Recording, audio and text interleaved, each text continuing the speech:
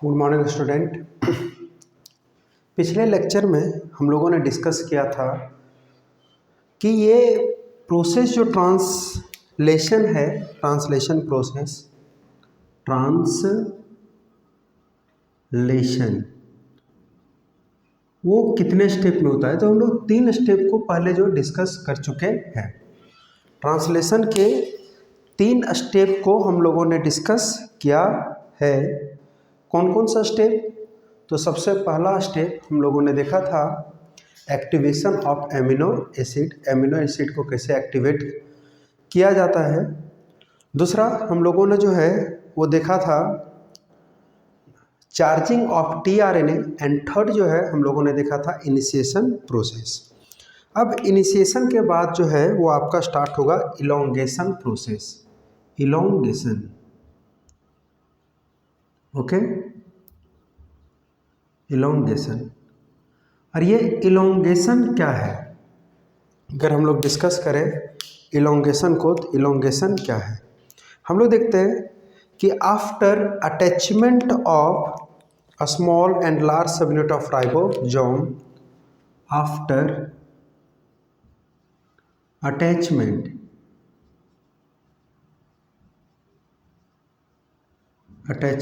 of large and a small subunit,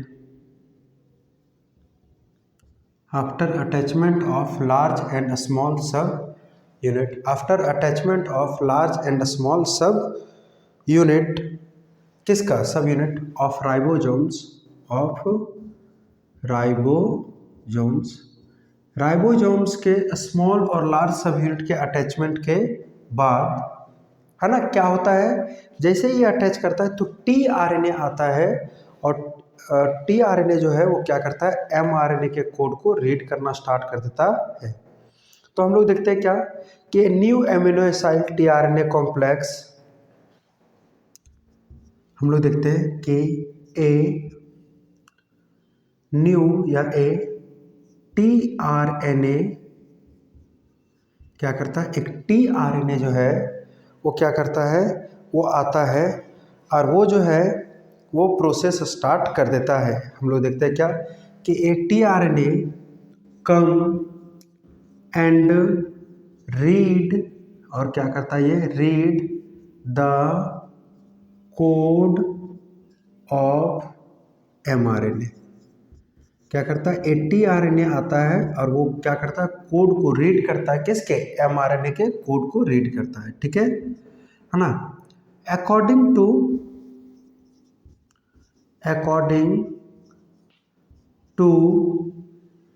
codon of mRNA, जैसा codon होता है किसका, एमआरएनए का, उसके अनुसार जो है वो एमिनो एसिड कंबाइन कर जाता है किससे, टीआरएनए के चार्ज मॉलिक्यूल से। ओके, तो हम लोग देखते हैं क्या कि जैसे, तो हम लोग देखते हैं क्या कि according to codon of mRNA, जैसा कि एमआरएनए के ऊपर कोडोन होगा, according to codon of mRNA हम लोग देखते हैं कि amino acid attached with charged tRNA. Okay, यानी कि चार्ज टीआरएनए क्या है, तो हम लोग देखे थे कि जब टीआरएनए चार्ज होता है तो उसके ऊपर जो है वो CCA वो H ग्रुप आकर के अटैच हो जाता है, उसी को हम लोग बोलते हैं क्या, चार्ज टीआरएनए। ओके, तो चार्ज टीआरएनए जो है उसके ऊपर आकर के एमिनो एसिड अटैच कर जाता है। अब हम लोग क्या देखते हैं कि then tRNA reached at a site of large सब यूनिट ऑफ राइबोसोम्स, राइबोसोम के ए सब यूनिट पे आकर के अटैच कर जाएगा। ठीक है, कहाँ पे? ए साइट पे।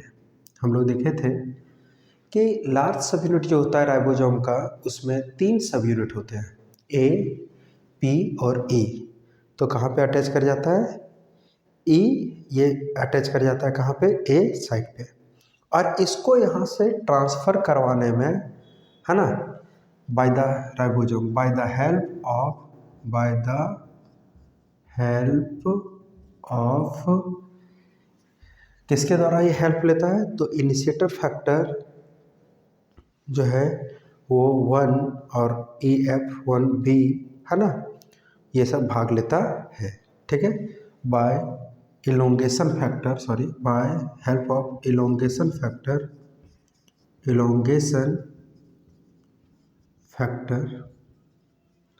ठीक है, elongation factor F1 and elongation factor F1B in eukaryotic cell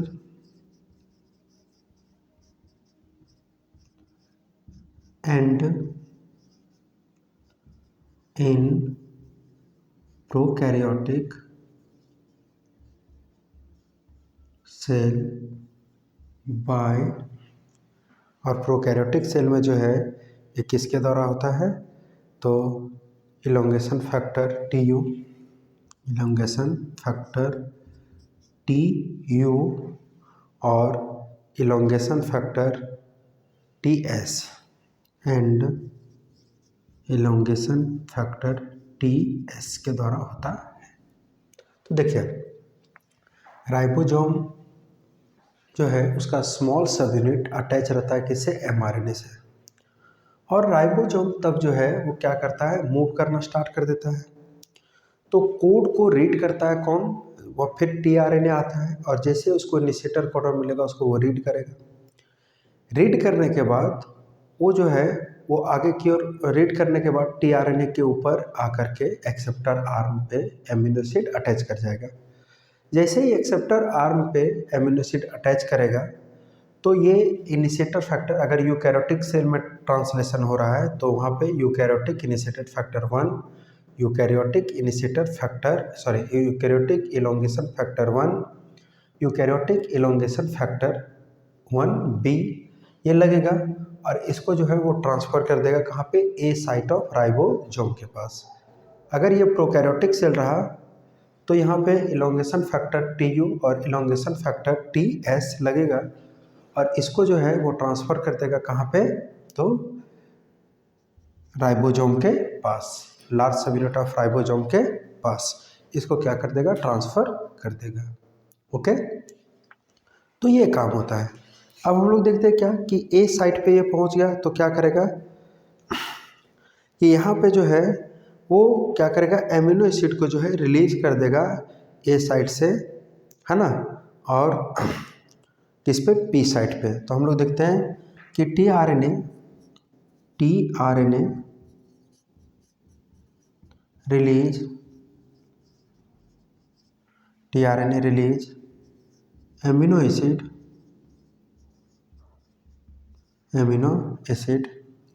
tRNA release amino acid into the P site of large subunit of ribosomes। ये क्या करेगा? P साइट पे, है ना, P साइट पे जो है वो क्या करेगा? इसको रिलीज कर देगा। ठीक है, हम लोग देखते हैं कि it require energy peptidyl transferase, है ना, लिखिएगा which require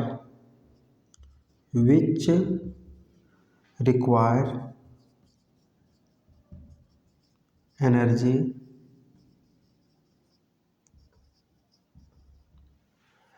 which require energy, peptidyl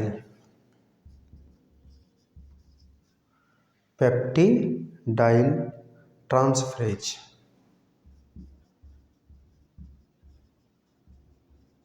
ठीक है, जो क्या करवाएगा, टीआरएनए को ट्रांसफर करवा देगा किसके पास, तो पी साइट पे।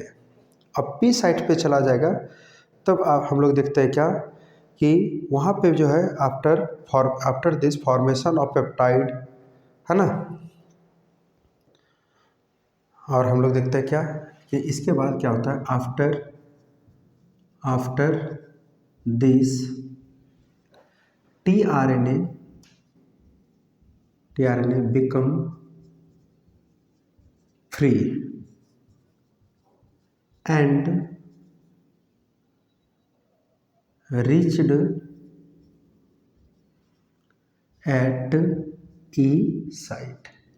और क्या करेगा, ये फ्री हो जाता है और कहाँ पे हो जाता है, ई साइट पे। And then tRNA come out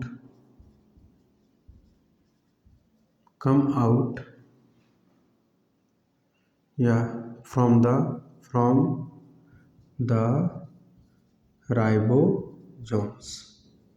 और ई साइट से ही ई साइट से ही क्या हो जाता है, बाहर आ जाता है राइबोसोम से। ठीक है, तो हम लोग देखते हैं क्या कि ये प्रोसेस रेगुलर वे में चल रहा होता है।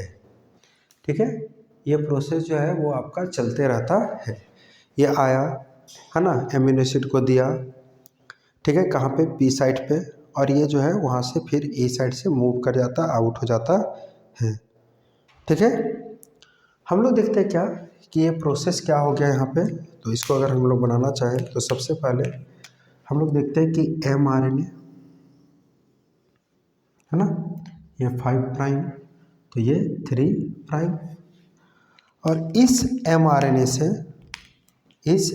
से राइबोसोम का स्मॉल सब यूनिट पहले अटैच किया था, फिर कौन करेगा, लार्ज सब यूनिट। इसके लिए यहाँ पे हम लोग देखे थे Mg++ लगा था और बहुत सारे इनिशिएटर फैक्टर काम किए थे, ये काम हो गया। अब जो है काम होता है किसका, टीआरएनए का। हम लोग देखे थे ये ए साइट कहलाता है, ए साइट, ये कहलाता है आपका पी साइट, और ये कहलाता है आपका ई साइट।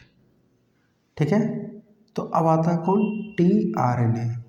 ओके, टीआरएनए आएगा, और आएगा यहाँ पे टीआरएनए, ये क्या है, टीआरएनए, ये टीआरएनए आएगा यहाँ पे, ये कोड को रीड करेगा, इसके पास जो कोड रहता है उसको रीड करेगा, उसके अनुसार एमिनो एसिड अटैच कर जाएगा इससे, और ये एमिनो एसिड को ले करके चल जाएगा कहाँ पे, तो ये एमिनो एसिड को ले करके चल जाएगा आपका ए साइट पे। चलिए फिर से थोड़ा बनाते हैं। ये जो है वो क्या है, mRNA है, 5 prime capping side, 3 prime telling side. तो क्या होता है यहाँ पे कि इस पे जो है आकर के राइबोसोम अटैच कर गया, है ना, ये राइबोसोम अटैच कर गया, ये आपका कहलाता है पी साइट, ये कहलाता है आपका ए साइट, और ये कहलाता है ई साइट, सॉरी, ये कहलाता है ए साइट, ये कहलाता है आपका पी साइट, ये कहलाता है ई साइट। तो हम लोग क्या देखते हैं कि ये राइबोसोम टीआरएनए जो है इधर से आता है, टीआरएनए मान लीजिए ये है टीआरएनए, ठीक है, ये टीआरएनए आएगा, इस कोड को रीड करेगा, टीआरएनए कोड को रीड किया, और इसके अनुसार एमिनो एसिड यहाँ पे अटैच कर जाता है। ये एमिनो एसिड को ले करके आ जाएगा कहाँ पे, तो ये आ जाएगा आपका टीआरएनए ए साइट पे, यहाँ पे क्या रहेगा, एमिनो एसिड रहेगा। ठीक है, यही सी एमिनो एसिड को ट्रांसफरेज के मदद से कहाँ रिलीज कर देगा, पी साइट पे, और पी साइट से ये निकल के फिर यहाँ टीआरएनए पहुँच जाएगा कहाँ पे, ई साइट पे। और ई साइड से फिर टीआरएनए क्या हो जाएगा, आउट हो जाएगा।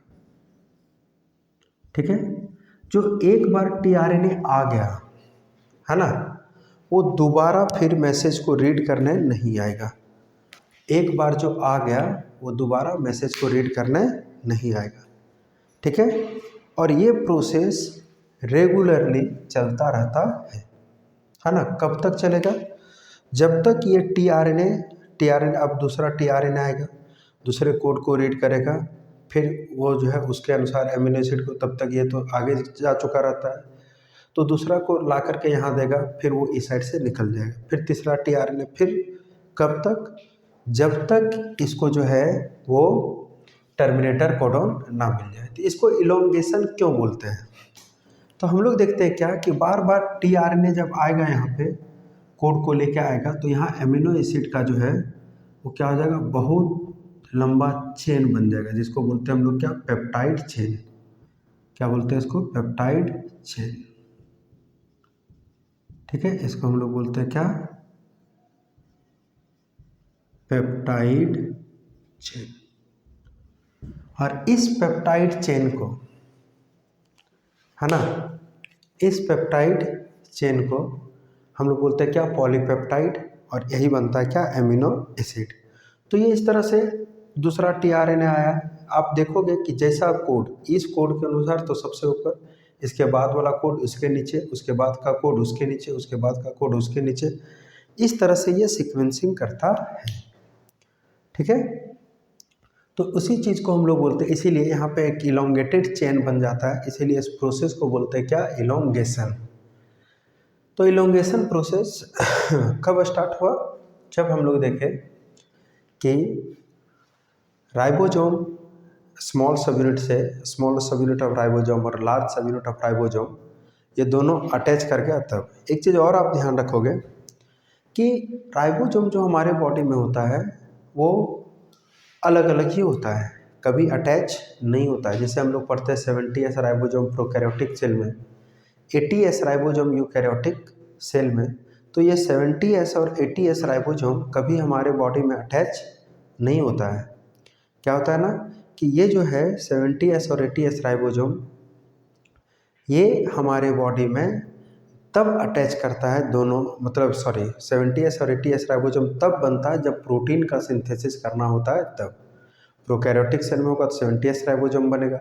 कैसे, तो हम लोग देखे थे कि 50+30 मिलता है, तो वो 70S राइबोसोम का फॉर्मेशन करवाता है। आप पूछोगे सर कि 30S और 70S, 30S और 50S मिलेगा तो 70S कैसे बना, जबकि उसमें तो टोटल सब यूनिट 80 होना चाहिए। बट जब ये दोनों मिलता है इस पोजीशन पे तो 10 सब यूनिट का सेडिमेंटेशन हो जाता है, यानी 10 सब यूनिट वहाँ पे खत्म हो जाता है, जिसके कारण से बचता कितना है, मात्र 70 बचता है। इसीलिए हम लोग उसको बोलते हैं क्या, 70 सब यूनिट। ओके, तो ये कारण है जिसको हम लोग बोलते हैं 70 सब यूनिट की आवश्यकता पड़ती है। ओके, तो ये हो गया आपका इलोंगेशन प्रोसेस। अब इलोंगेशन के बाद हम लोग देखेंगे क्या कि क्या होता है, टर्मिनेशन। चलिए नेक्स्ट स्टेप की ओर चलते हैं हम लोग।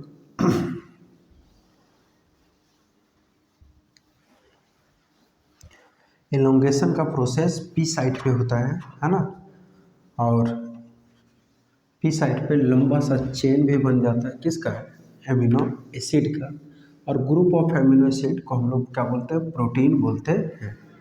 Group of amino acid called protein.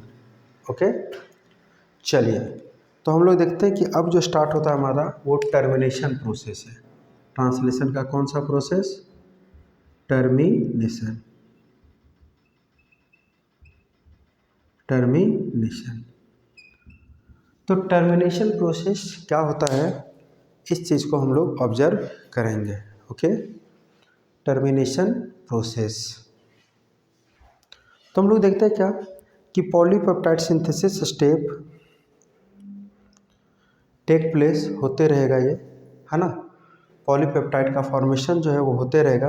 हम लोग देखते हैं कि polypeptide formation stop, polypeptide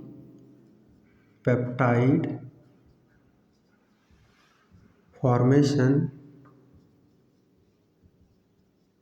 stop polypeptide formation, stop when any one of the termination codon, when any one of the termination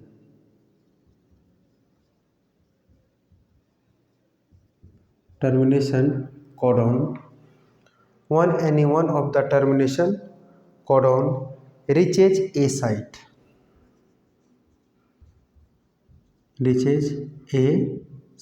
कहाँ पे पहुंच जाएगा, ए साइट पे पहुंच जाएगा, तब ए साइट, है ना। अब देखोगे क्या कि ए साइट पे कोई जो है वो क्या हो गया, आने की होता क्या है कि टर्मिनेटर कॉडन टीआरएनए जो है गया और उसको मिल गया टर्मिनेटर कॉडन मिल गया, तो टीआरएनए तो ट्रांसफरेज की मदद से पहुंच जाएगा ए साइट पे, लेकिन ए साइट पे तो कुछ देगा नहीं वो एमिनो एसिड, तो चेन क्या हो जाता है, ब्रेक कर जाता है, और चेन ब्रेक करने के कारण जो है वो क्या हो जाता है, ये प्रोसेस रुक जाता है। हम लोग देखते हैं कि in presence of release factor polypeptide chain separate, in presence of release factor, in presence of release factor polypeptide chain separate,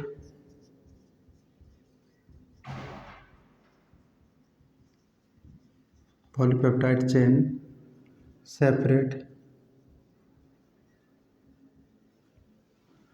polypeptide chain separate, है ना। पॉलीपेप्टाइड चेन क्या हो जाता है, सेपरेट हो जाता है, और आप देखोगे कि release factor 1, release factor 2 and release factor 3 in prokaryotic, है ना, कि release factor 1, release factor 2, release factor 3 and release factor 3 in prokaryotic cell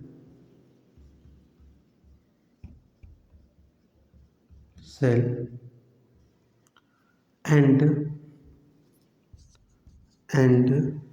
आप देखोगे क्या कि रिलीज फैक्टर 1 जो है यूकैरियोटिक रिलीज फैक्टर 1 और इन यूकैरियोटिक सेल,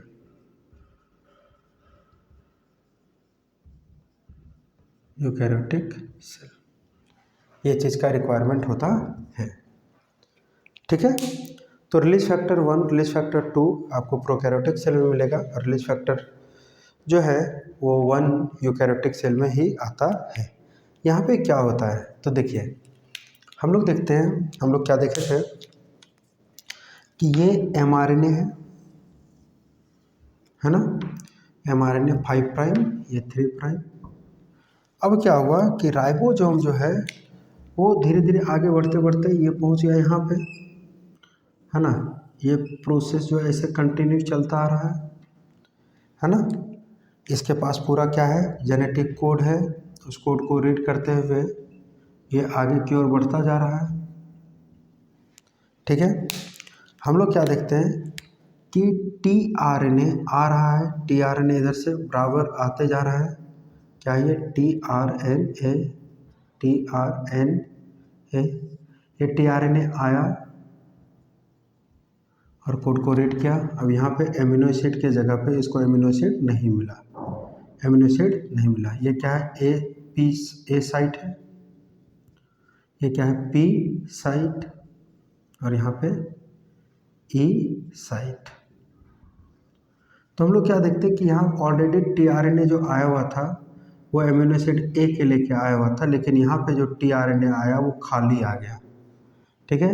यहाँ पे जो है वो आते जा रहा था, तो ये जो है इस तरह से एमिनो एसिड को छोड़ रहा था, तो यहाँ पे पहले से ही बहुत लंबा चेन बन चुका था, ठीक है, बहुत लंबा चेन बन चुका था, है ना।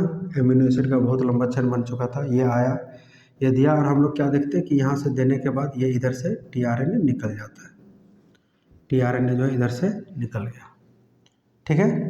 ये प्रोसेस कंटिन्यू वे में चलता जा रहा था, बट हम लोग क्या देखते हैं कि ये प्रोसेस जो है वो कंटिन्यू इस तरह से चलते जा रहा है।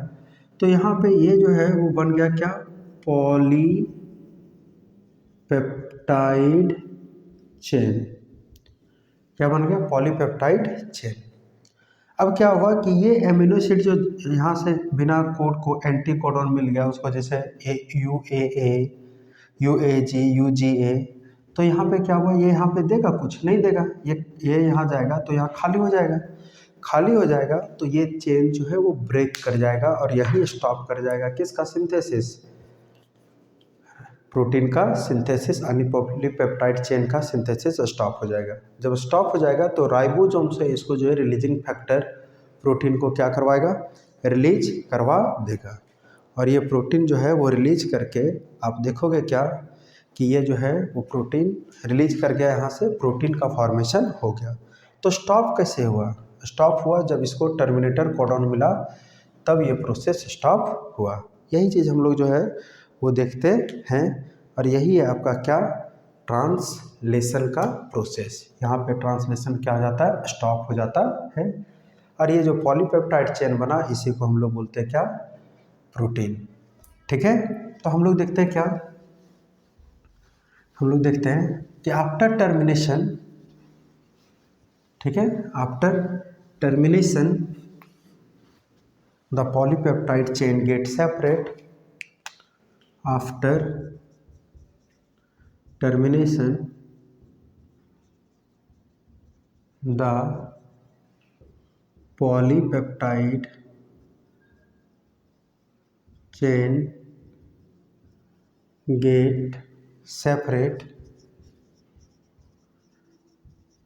and this polypeptide is called, this polypeptide is known as protein, और इसी को हम लोग क्या बोल देते हैं, प्रोटीन। टर्मिनेशन के बाद प्रोटीन का फॉर्मेशन हो जाता है, इसी को हम लोग बोलते हैं क्या, प्रोटीन। अब इसमें बहुत सारा प्रोसेस होता है, मॉडिफिकेशन होता है ना। जैसे आप देखोगे कि कुछ चेंजेस भी होता है, और फिर जो है इसमें मॉडिफिकेशन हो करके, ठीक है, ये जो है वो क्या बन जाता है, आपका प्रोटीन बन जाता है। प्रोटीन में फिर मॉडिफिकेशन होता है, हम लोग देखते हैं प्रोटीन के साथ और भी मॉलिक्यूल, जैसे फॉस्फोप्रोटीन, लिपोप्रोटीन, ये सब का भी काम होता है, तो वो अलग प्रोसेस है। ठीक है, तो प्रोटीन का फॉर्मेशन हम लोगों ने देखा कैसे होता है। हम लोग देखें प्रोटीन का फॉर्मेशन, सबसे पहला जो काम है वो आरएनए बनेगा। आरएनए में mRNA, tRNA और rRNA, तीनों आरएनए का फंक्शन होता है प्रोटीन के फॉर्मेशन में। आप लोग पूछोगे सर tRNA का तो फंक्शन पता है, ट्रांसफ़र करवाता है, mRNA का पता है कि कोड होता है, rRNA का फंक्शन क्या है। तो राइबोसोम में जो tRNA को अटैच करवा रहा है, जो mRNA को अट्रैक्ट कर रहा है राइबोसोम में, वो कौन करता है, rRNA करता है। rRNA जो होता है वही tRNA को एक्सेप्ट करता है, वही mRNA के कैपिंग साइट से जुड़ता है। तो rRNA जो है, और हम लोग जानते हैं कि राइबोसोम rRNA और प्रोटीन से बना हुआ होता है। ठीक है, तो rRNA इम्पॉर्टेंट रोल प्ले करता है उस कंडीशन में। ठीक है, तो ये इतना हम लोग जो है वो देख लिए, ये था हमारा प्रोटीन का सिंथेसिस। अगले लेक्चर में हम लोग डिस्कस करेंगे ट्रांसक्रिप्शन और ट्रांसलेशन के बीच का कुछ डिफरेंस, जो आप लोग कोशिश भी कर सकते हो अपने से। और उसके बाद जो है ट्रांसक्रिप्शन ट्रांसलेशन के डिफरेंस के बाद हम लोग जीन रेगुलेशन को डिस्कस करेंगे। ओके, तो आज के लेक्चर में इतना ही। Thank you.